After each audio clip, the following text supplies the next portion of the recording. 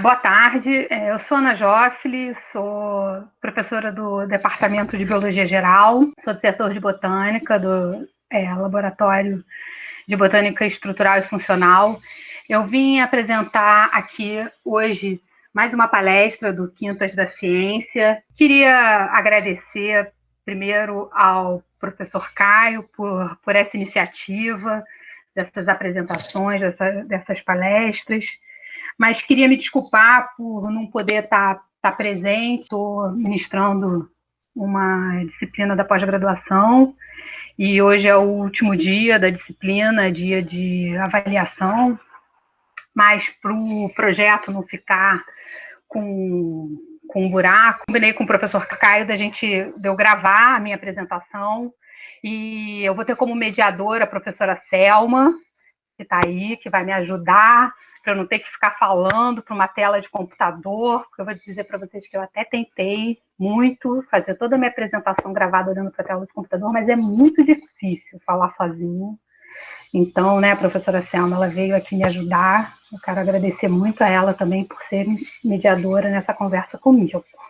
Eu que te agradeço, Ana, vai ser um prazer poder estar aqui com você, vou assistir sua apresentação em primeira mão, né? Eu acho que realmente, como a Ana falou, foi uma iniciativa maravilhosa do professor Caio, que está agregando bastante todos os professores do departamento, né? E eu vou assistir em primeira mão a sua apresentação, Ana. E você vai falar do que hoje? Então, a proposta do projeto é a gente falar um pouquinho da nossa linha de pesquisa, né, do que motivou a gente estudar biologia, fazer ciência, do que a gente gosta, do que motiva a gente. E, para mim, ficou a função de iniciar os trabalhos da botânica, começar a falar um pouquinho de botânica. E mais do que isso, começar a falar sobre anatomia vegetal. O tema da minha palestra é "Mas de que te serve saber anatomia vegetal?". E falar de botânica, para mim, é um assunto, eu diria, um tanto quanto polêmico, porque eu divido as pessoas mais ou menos em 3 grupos.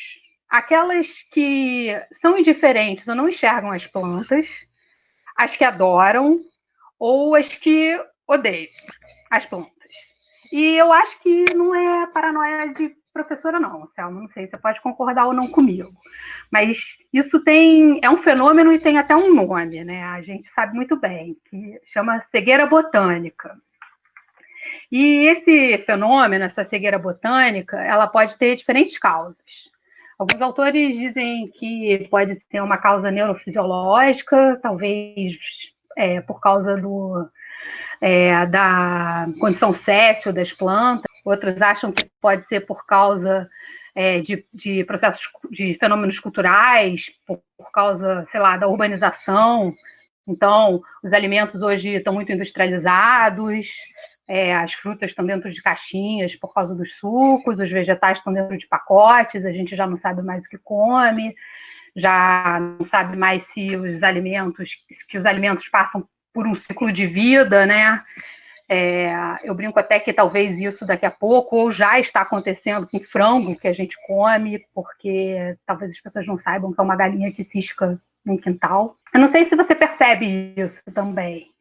Na verdade, eu acho engraçado, porque assim, a gente tem contato com as plantas, né, desde o momento em que a gente acorda até o momento que a gente vai dormir, né? Eu digo contato com as plantas porque a gente tem produtos provenientes das plantas no nosso dia a dia e muitas vezes as pessoas não se dão conta disso, desde o alimento que come, o algodão da roupa que veste, a madeira da cadeira onde está sentado, né? É muito interessante. Não, e o mais interessante é que esse é um fenômeno assim tão forte para a gente que ele acontece até dentro da academia, né? A gente tem os profissionais que já entram na faculdade ou nos cursos que ensinam botânica, já não gostando de botânica, já não se interessando pelo assunto, e quando eles saem desses cursos, e são aqueles profissionais que têm a prerrogativa de ensinar, de passar esse conhecimento, eles não se interessam pelo assunto, eles não gostam do assunto, E eles não passam esse conhecimento, e vira isso um ciclo vicioso. Isso é um outro fenômeno que a gente chama de negligência botânica, e parece que esse problema nunca se resolve. Mas isso não foi sempre assim. Num período não muito distante da nossa história, saber sobre plantas, ter esse conhecimento sobre plantas era uma virtude, era uma questão de status. A gente vê relatos na nossa literatura onde alguns personagens que tinham esse conhecimento, eles eram considerados interessantes, né? Era a virtude desses personagens. Machado de Assis é um autor que apresenta personagens assim. Por exemplo, em Dom Casmurro, né, ele mostra o José Dias, que é um personagem próximo do personagem principal, que é o Bentinho, que a virtude dele, né, uma das características principais dele é gostar de planta. Um outro personagem, né, na verdade, uma outra obra de Machado de Assis, da qual eu tirei a inspiração para o título dessa palestra, que chama Lição de Botânica, conta a história de duas sobrinhas, de duas primas, que querem convencer a tia de que elas precisam ter aula de botânica. Tá certo que elas querem convencer a tia disso porque elas querem namorar, mas tudo bem.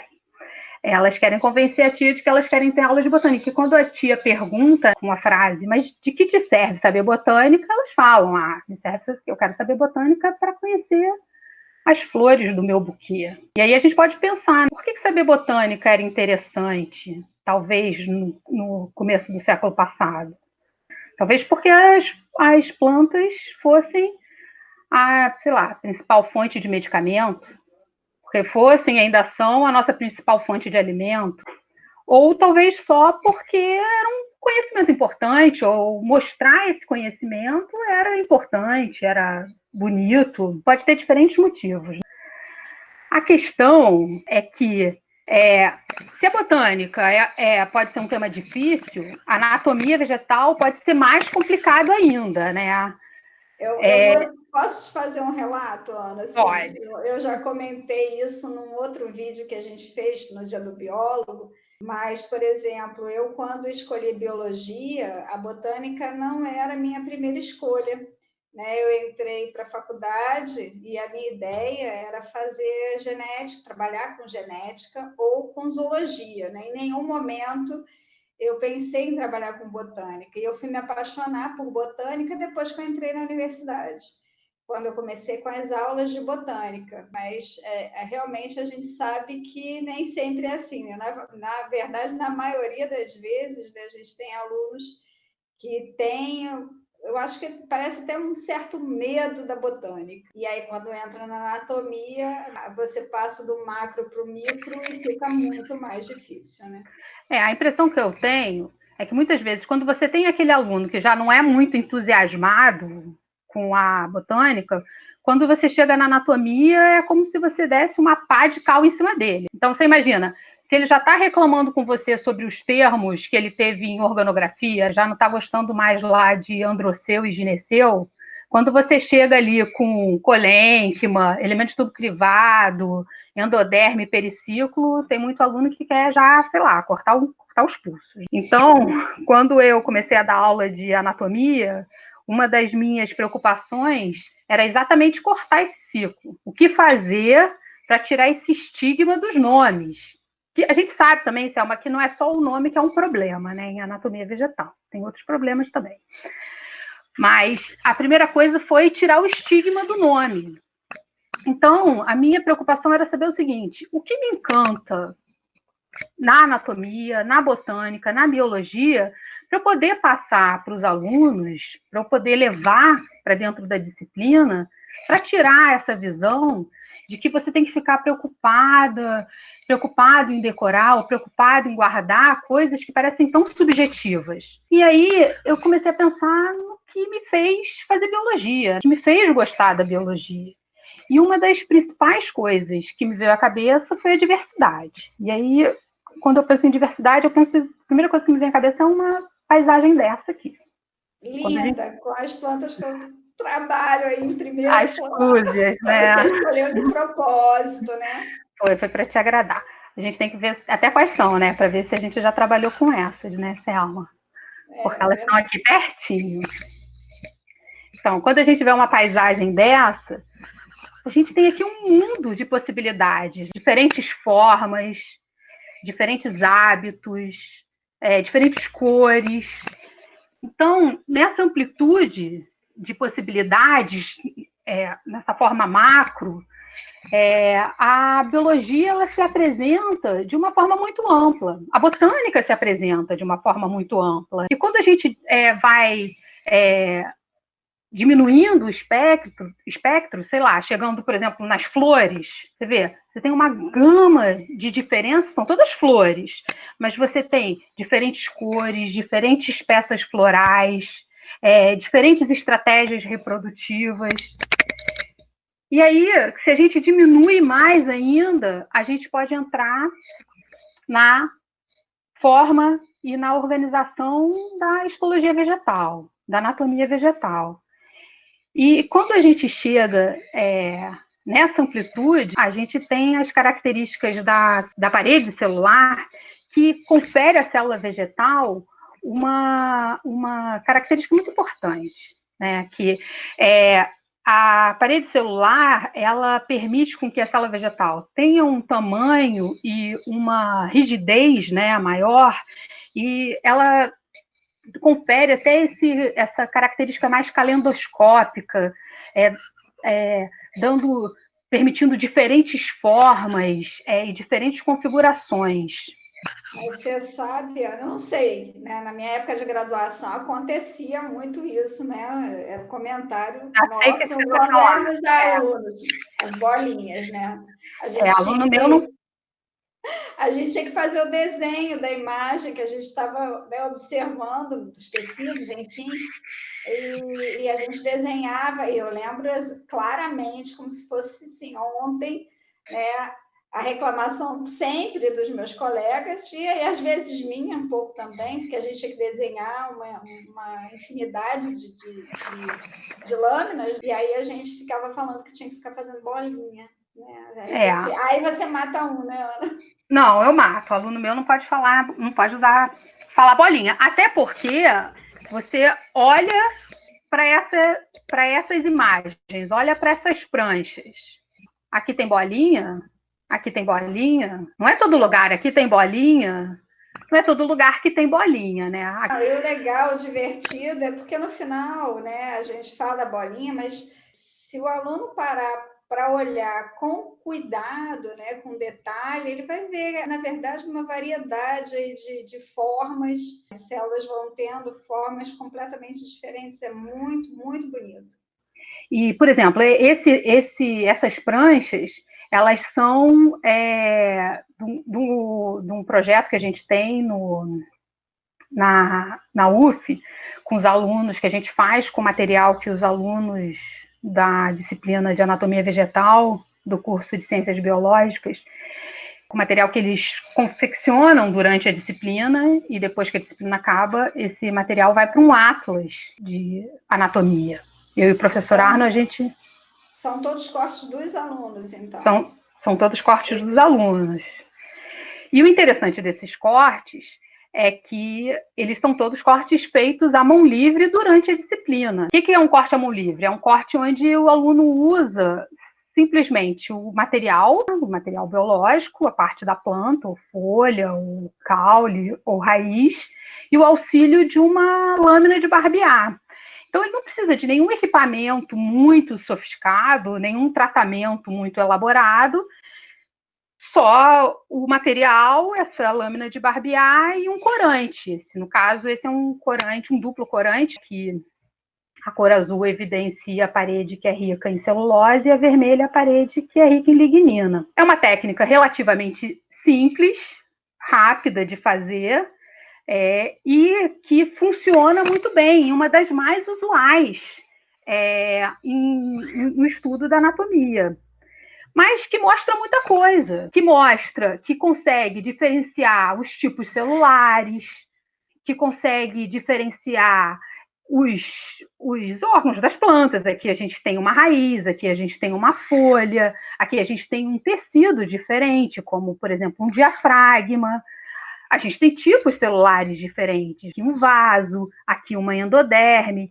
Então, mesmo com uma técnica relativamente simples, a gente consegue mostrar e ter um material muito bom. Então, aqui, você não vai ter só bolinha, nem ter que desenhar bolinha. Você consegue ver um material e trabalhar com o material de uma forma muito simples, né? Durante a disciplina. Mas aí tem outras técnicas também. Eles fazem basicamente essa, né? Então, eles fazem essa porque essa é uma técnica que dá para fazer durante a disciplina. E isso que eles fazem durante a disciplina, às vezes é o suficiente para empolgar o aluno, para tirar um pouco o estigma de que a anatomia é muito chata, de que a anatomia tem nomes muito difíceis para decorar, de que eles precisam cortar os pulsos depois da disciplina, entendeu? Tem aluno que gosta tanto que às vezes pede até para estampar uma camisa com a espécie que eles trabalharam durante o curso. Porque também as imagens ficam lindas, né? Isso é inegável. Ficam muito bonitas, realmente ficam muito bonitas. Mas como você falou, essa não é a única técnica, né? Com o advento da tecnologia, as técnicas foram evoluindo e outras técnicas são usadas também na anatomia. Apesar dessa, né, ainda ser uma técnica muito usada. Que outras técnicas são usadas? Né? Por exemplo, a microscopia óptica ainda é a técnica mais usada, mas junto com a microscopia óptica, a gente pode usar outras técnicas, por exemplo, para auxiliar na identificação da natureza química de determinadas substâncias produzidas pela planta, do metabolismo secundário, do metabolismo primário, ou a natureza, por exemplo, de compostos, como cristais de oxalato de cálcio, de carbonato de cálcio. No caso aqui, por exemplo, desse material aqui, em Monteverdia obtusifolia, são cristais de oxalato de cálcio que refletem na luz polarizada e podem ser muito bem identificados aqui na periderme dessa planta. Agora, a gente pode também identificar, e esse trabalho você conhece muito bem, né, Selma, e essa técnica você conhece muito bem, a gente pode identificar metabólitos secundários através de com corantes, né, com outros corantes. Por exemplo, a safranina e o azul de astra ajudaram na identificação de lignina e celulose, mas tem outros metabólitos que podem ser identificados com outros corantes, né, como o cloreto férrico, ajudando com os compostos fenólicos, os sudãs, né, Sudan 3, Sudan Black, com os lipídios, o reagente de Wagner com os alcaloides, e a microscopia também, aqui com a confocal com uramina, né, nos compostos fenólicos, e aqui também ajudando na identificação da cutícula. Todas essas ferramentas, elas são importantes em diferentes tipos de estudos, né? Mas é lógico, existem outras formas de microscopia, como, por exemplo, a microscopia eletrônica de varredura, que a gente usa para identificar algumas estruturas. No caso aqui, verrugas tuberosas, que é um tipo de cicatrização na epiderme da folha. No caso dessa, é Monteverdia brasiliensis. Então, você tem verrugas tuberosas identificadas na microscopia de varredura, descritas aqui na microscopia de varredura. Os estômatos de Clusia, a lâmina foliar em marantácea, numa amaranta. E, nesse caso aqui, mostrando os tricomas dessa planta, que são usados na taxonomia como caráter taxonômico dessa espécie. Então, a microscopia, ela auxilia também como uma ferramenta, como uma importante ferramenta em outros estudos. E tem também a microscopia eletrônica de transmissão, aqui mostrando os vacúolos eletrodensos em Clusia fluminensis. Agora, todas essas essas ferramentas, microscopia eletrônica de varredura, microscopia eletrônica de transmissão, elas funcionam como um chamariz, elas são um estímulo no estudo da anatomia. Mas a gente pode voltar lá na perguntinha da dona Leonor. Para que serve tudo isso, né? Onde eu vou aplicar todo esse conhecimento? E talvez a melhor forma de eu falar sobre isso, de eu explicar sobre isso, seja eu contar um pouquinho a minha história. A Selma já conhece um pouco a minha história, mas talvez a melhor forma de explicar isso seja dizer como eu comecei a trabalhar com anatomia vegetal, né? Como a anatomia chegou para mim. E, na verdade, antes de trabalhar com anatomia, eu trabalhava com taxonomia. Eu fiz toda a minha graduação, toda a minha iniciação científica com taxonomia. E eu trabalhava com um grupo de plantas muito peculiar, que é a família Celastrácea. A família Celastrácea é um grupo de angiospermas que é peculiar por quê? Porque, geralmente, as angiospermas, elas têm nas suas partes reprodutivas as estruturas diagnósticas, aquelas que são usadas pelos taxonomistas para funcionarem como a estrutura que são usadas para identificar, né, os grupos, família, gênero e espécies. Em Celastrácea, principalmente espécie, né? Em Celastrácea, não é bem assim. Por quê? Porque as flores, elas variam muito pouco dentro da família e os frutos variam muito pouco dentro dos gêneros. Então, o que sobra para a identificação das espécies são as folhas e os ramos. Só que já é sabido que as folhas, principalmente, elas variam muito com o ambiente. Então, as folhas são caracteres muito difíceis de serem usados como diagnósticos, né? E então a anatomia chegou para mim como caracteres adicionais para serem usados na taxonomia. Em grupos de celastráceas, né? Hoje monteverdes, antes maitenos, que eram difíceis de identificação. E a anatomia funcionou como um bom auxílio na taxonomia para aquele grupo. Eu tinha, dentro daquele grupo, por exemplo, uma espécie que só ela tinha cristal na epiderme, podia ser identificada por isso. E eu tinha outra que só ela tinha esclereide na folha, mesmo em diferentes ambientes. Então, isso auxiliava como um caráter adicional para a taxonomia. Só que mais do que funcionar como uma ferramenta, como caráter adicional, como um auxílio na taxonomia desse grupo, me auxiliou a entender a plasticidade, a entender a amplitude morfológica que essas espécies tinham. E mais, me ajudou a entender como utilizar a anatomia como um caráter taxonômico. Que cuidados eu tinha que ter para utilizar a anatomia como caráter taxonômico? E isso foi importante para mim, por quê? Porque permitiu que eu pudesse usar essa ferramenta em outros grupos, como, por exemplo, eu tenho feito com Marantácea. Hoje, a gente usa a anatomia, a gente descreve a anatomia de espécies de Marantácea que ainda não foram descritas para a ciência, espécies novas, né? Espécies inéditas. Na obra original, além da descrição da morfologia externa, a gente também descreve a anatomia dessas plantas. Por quê? Porque a gente sabe que para alguns grupos, para algumas espécies, na anatomia tem caracteres diagnósticos interessantes.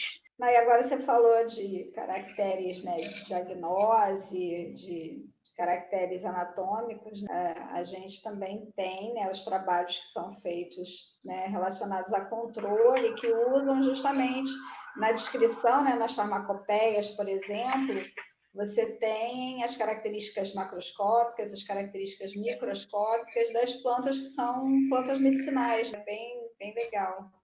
Pois é, isso para mim foi muito importante, né, Selma, porque todo esse conhecimento que eu tinha, tanto com taxonomia e a utilização da anatomia como como uma boa ferramenta para taxonomia, foi importantíssimo quando eu fui para o Laboratório de Botânica Estrutural e Funcional e comecei a usar e a trabalhar com controle de qualidade de produtos naturais, né? Porque você imagina, quando você está trabalhando com material aonde a morfologia ela quase já não existe mais, a morfologia externa, né? Porque o material está tão fragmentado, está tão picado, que você não consegue mais identificar pela morfologia externa. Você não tem mais quase nada do que você usaria como característica diagnóstica para identificar aquela espécie que você está trabalhando. A anatomia passa a ser uma ferramenta essencial para a identificação, né? E o que foi muito interessante, né? E aí é onde acabou sendo uma das minhas principais linhas de pesquisa e onde a gente acaba trabalhando muito bem juntas, né, eu e você, porque é um trabalho que acaba se completando, você com a química e eu com a morfologia. A gente vê que esse trabalho encaixa muito bem. E eu acho que é uma coisa interessante também que a taxonomia e o meu trabalho com maitenos, com celastrácea, ajudou muito, porque não é só você saber a descrição. A gente sabe que a descrição anatômica do grupo que você está trabalhando, a gente sabe que a gente passou a perceber que tem que ter alguns cuidados, né? A gente tem que tomar cuidado com a amplitude morfológica e a variação morfológica que aquela planta tem. A gente tem que saber em que parte da planta você está observando a estrutura que você está comparando. Quer dizer, o que eu estou querendo dizer? Tudo bem, você está comparando a anatomia do pecíolo, mas de que parte do pecíolo? Da base? Do ápice? Você está comparando a anatomia de uma nervura principal, mas de que altura da nervura principal, né? Porque essas estruturas, elas variam. Não, é um trabalho super importante, né? Porque quando a gente pensa que né, no caso de uma planta medicinal, né, você fazer o uso, né, equivocado de uma planta pode ser extremamente perigoso, né? Então, não, com certeza. Aqui eu acho que ilustra muito bem, né? Aqui a gente tem 2 exemplos, né? Pata de vaca e passiflora. Duas plantas medicinais que você compra aí em qualquer lugar popularmente, como pata de vaca e passiflora. Você não tem ideia do que você está consumindo e você não tem ideia do que você está consumindo aqui. Se você estivesse comprando essas folhas inteiras, talvez você ainda tivesse alguma chance de identificar o seu material, de ter alguma ideia do que você estava consumindo. Mas a maior parte das vezes, quando você compra sim, picado. Esses aqui ainda são grandes, né? Você compra seco, picado. Quando o material está assim, quase todas as características que são usadas como caracteres diagnósticos pelos taxonomistas se perderam.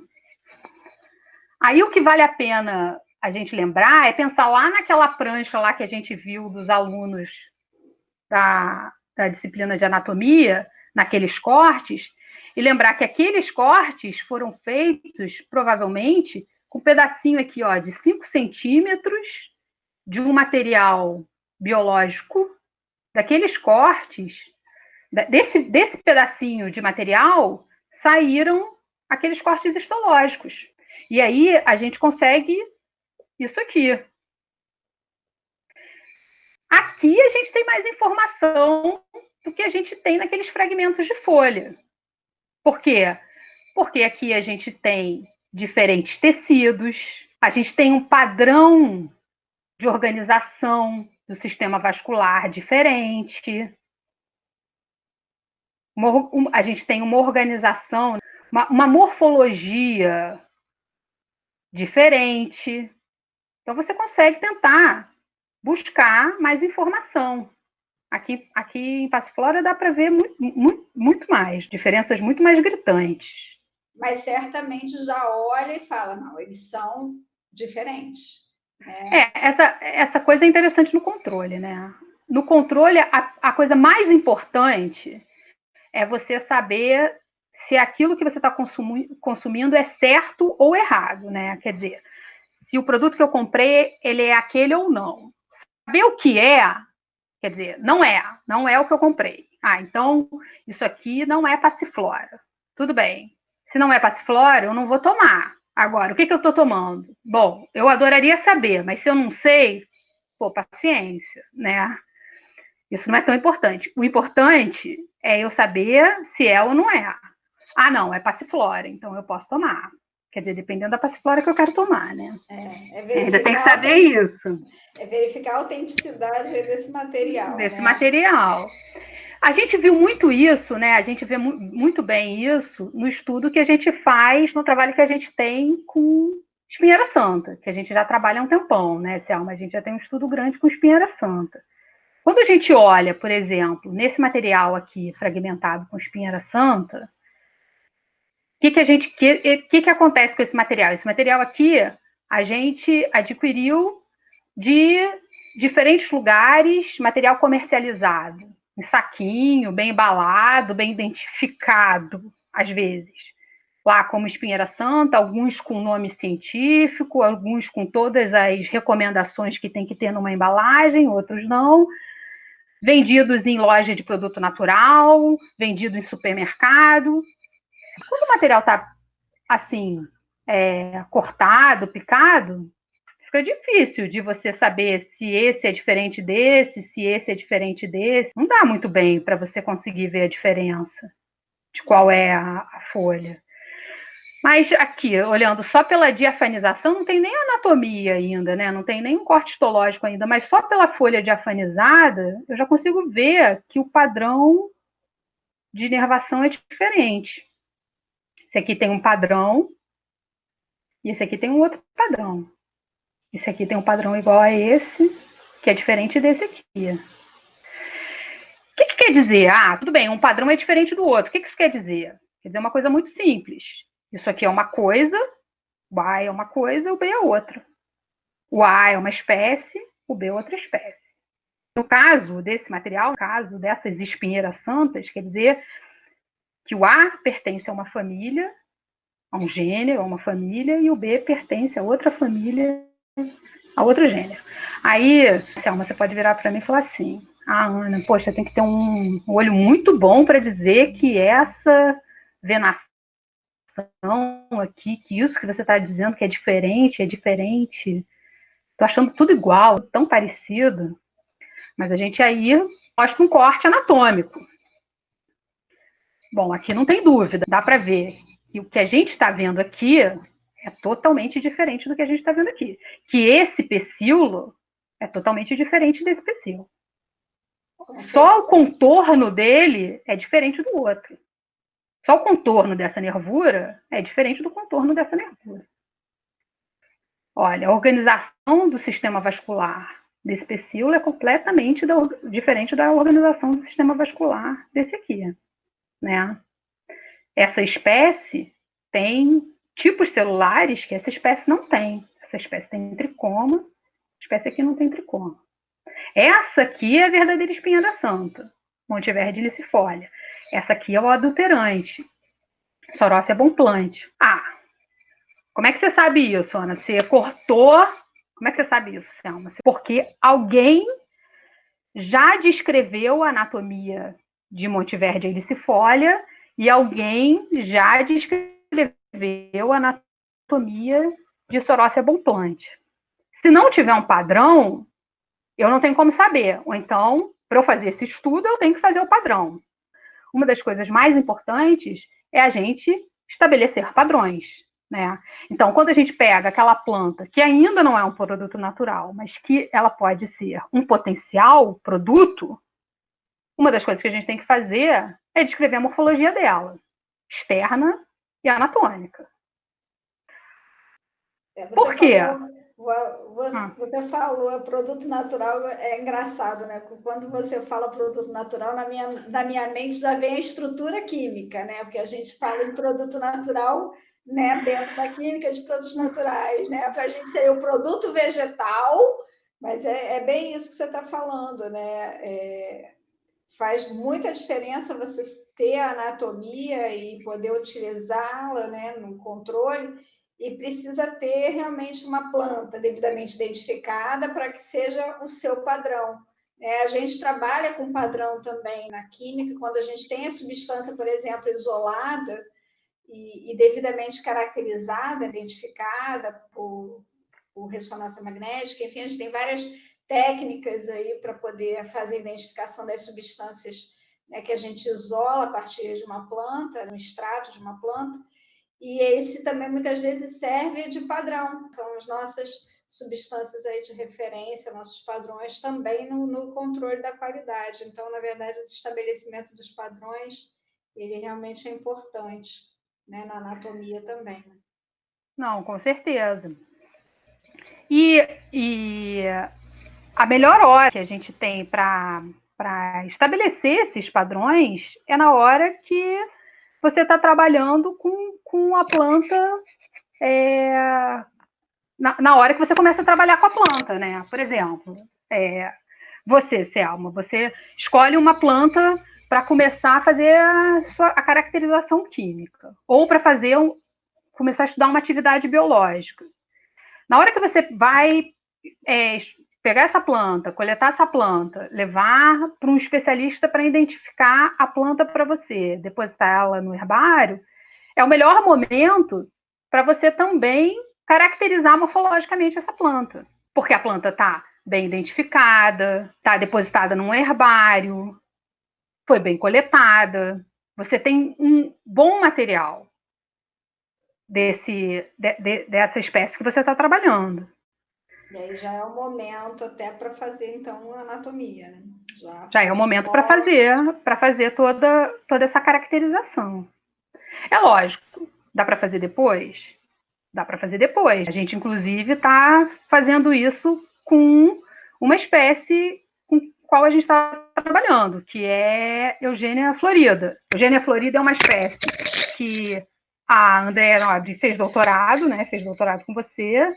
Ela fez atividade microbiana, se não me engano, você me corrige. Ela fez a caracterização química.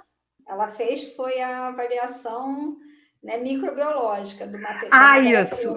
Né? Para o controle da qualidade, não foi? Exatamente. Isso. E a anatomia já estava descrita. Só que quando a gente foi ver, a anatomia ela estava descrita, mas a principal característica, a principal característica diagnóstica, que era essa glândula aqui, a gente viu, né, essa glândula bonitona aqui, a gente viu que não estava bem descrita, nem bem ilustrada, nem bem demonstrada na literatura. Então, a gente fez de novo. A gente descreveu a anatomia de novo, a gente mostrou essa anatomia dessa planta de novo. Isso é importante também. Isso acontece de novo. Ela coletou a planta de novo e a gente fez a anatomia dela de novo. Agora, as outras espécies da qual a gente faz prospecção química, outros trabalhos no laboratório, a gente também já aproveita e faz a caracterização botânica. Essa é uma parte do trabalho que eu faço dentro do laboratório. É lógico que também tem uma outra parte, né? Junto que eu faço junto com a anatomia. Uma outra linha de pesquisa é a parte de observação do desenvolvimento e organização das estruturas anatômicas, como, por exemplo, o trabalho da Fernanda Amaral, onde ela observa a organização e o desenvolvimento do sistema vascular em monocotiledônia. E uma das coisas interessantes do trabalho da Fernanda é que hoje nesse trabalho, ela está utilizando uma ferramenta muito interessante, que é a microtomografia. E eu acho que a microtomografia vai ser uma ferramenta muito importante para o estudo da morfologia, de um modo geral, na botânica. Ele dá essa imagem, tipo um 3D, né? ela dá essa visão tridimensional, e eu acho que tanto para organografia quanto para anatomia, ela vai ser muito didática. Por exemplo, tudo que a Fernanda só conseguiu mostrar graficamente no mestrado, ela vai mostrar tridimensionalmente no doutorado. Ela está adequando o material dela, porque o material dela é muito mole, então ela está adequando o material dela à técnica, né, ao equipamento. Mas eu acho que vai ser uma coisa meio revolucionária para o ensino da botânica, porque todas essas estruturas, de novo, não só para anatomia, mas para organografia. Você imagina mostrar um ovário e mostrar toda a inserção dos óvulos dentro desse ovário, a organização do carpelo, assim como você mostrar todo o sistema vascular de uma monocotiledônia, ou como que os feixes estão distribuídos numa folha. Você poder mostrar isso tridimensionalmente é muito interessante, porque na anatomia você só tem aquele corte, né? Você só tem um plano de observação. Vai ser uma ferramenta muito, muito importante no estudo da biologia, de um modo geral, né? Bom, essa é um pouquinho da minha experiência, né, com a anatomia, um pouquinho da minha história, um pouquinho da minha trajetória aqui. É um pouquinho do que eu tenho para contar para vocês, né, Selma? Não, achei muito legal, né? Assim, porque assim, a gente trabalha junto, eu conheço, né, alguns desses trabalhos, né? Porque a gente trabalhou, inclusive, junto. Esse, por exemplo, que você está mostrando agora da Fernanda, eu não tinha visto ainda, achei que ficou muito legal. E a gente começa a mostrar e não perceber, a gente já sabe disso, mas mostrar para os alunos, né? Porque muitas vezes eles ficam pensando, eu estudei isso e isso vai ter aplicação em alguma coisa. Então, tem não só a questão da ciência básica, que é super importante, mas você conseguir ver também várias aplicações, né, que vão, né, no caso aí você está falando da anatomia, né, mas da botânica como um todo. Eu acho que essa questão com a anatomia é uma questão muito interessante, né? A anatomia, ela é a morfologia, de um modo geral, é uma ciência básica. A gente tem sempre um pouco dessa discussão, né? A gente já teve essa discussão várias vezes. Talvez até nesse momento seja um momento interessante. Eu fico pensando nisso. A gente vive esse momento da pandemia, do coronavírus. Eu fico pensando o quanto, se a morfologia do coronavírus já não tivesse sido parcialmente descrita, essa vacina em potencial que a gente está para ter aí, o quanto ela não estaria demorando mais ainda para sair se esse vírus já não tivesse o estudo morfológico que ele já tem. Mas a gente sabe que todas essa parte, né, de pesquisa básica, ele é muito pouco valorizada, até dentro da academia mesmo, até dentro do meio científico, principalmente quando é para a gente pedir fomento.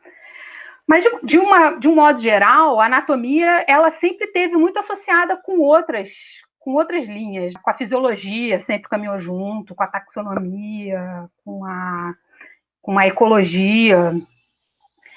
E eu acho que é o caminho, né? É o que vai continuar acontecendo. É isso. Muito legal, muito bonita a sua história, a sua trajetória e como a anatomia foi ganhando, né, formas aí dentro dos teus estudos, dos teus trabalhos. Obrigada. Muito bom. Ainda tem muita coisa aí para a gente explorar, né, Ana? A gente tem. Tem muita coisa para fazer.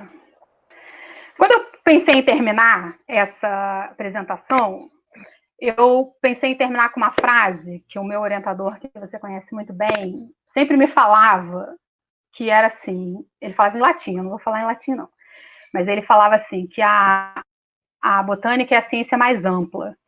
Mas essa frase deve ser de alguém, que eu não sei de quem é, e eu até procurei na internet para ver se eu achava de quem era, mas eu acabei não achando, então eu vou continuar com Machado de Assis, e com o livrinho dele, Lição de Botânica, que é muito bonitinho, tem em PDF na internet, quem quiser é só procurar no Google e baixar, é rapidinho para ler, é uma gracinha o livro. E tem uma hora em que uma das sobrinhas está lá tentando convencer a tia, explicar para ela o que é ciência, o que a botânica representa para ela, e ela fala assim para a tia: quer dizer que a ciência é uma grande coisa e que não há remédio senão adorar botânica. E eu acho que é um pouco isso que a botânica representa para mim. Eu sou apaixonada pelo que eu faço, eu sou apaixonada por botânica, eu adoro anatomia. Eu, hora nenhuma, tenho dúvidas da escolha que eu fiz e do que eu gosto de fazer. E é isso. Eu espero que tenha ficado bom, que vocês tenham gostado e que todo mundo fique bem. Queria agradecer de novo, agradecer a você, Selma, por ter me ajudado aqui, agradecer a todo mundo do departamento que está participando desse projeto, ao Caio. É isso, a gente se despedir. Eu que agradeço também a oportunidade de estar aqui com você, de conhecer um pouco mais, né, daqueles trabalhos que eu ainda não conhecia, né, de escutar você falar, que eu sempre gosto muito, né, anatomia também é uma área da botânica que eu gosto bastante, né.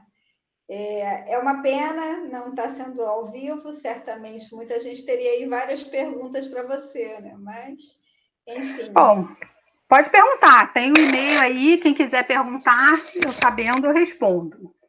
Gente, obrigada. Um beijo. Esperando o próximo. O próximo é o da Selma. A gente vai se falando.